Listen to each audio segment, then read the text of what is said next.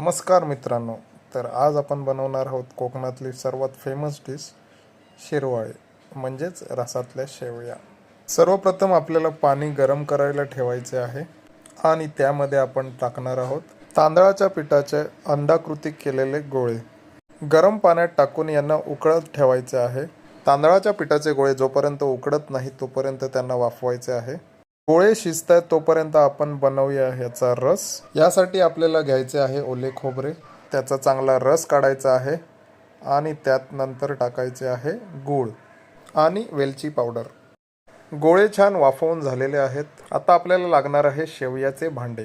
खरी कसरत यातच आहे, कारण या भांड्यामध्ये जे आपण वाफवून घेतलेले तांदळाचे पीठ आहे त्याचे गोळे असे टाकून वरून आपल्याला प्रेशर द्यायचं आहे आणि यात पाहायला गेलं तर खूप मेहनत आहे.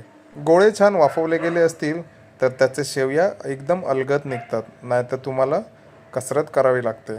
शेवया काढायचे जे भांडे आहे ते आजकाल अलिप्त होत चाललेले आहे. ज्यांच्याकडे हे भांडे आहे त्यांनी शेवया नक्की ट्राय करा.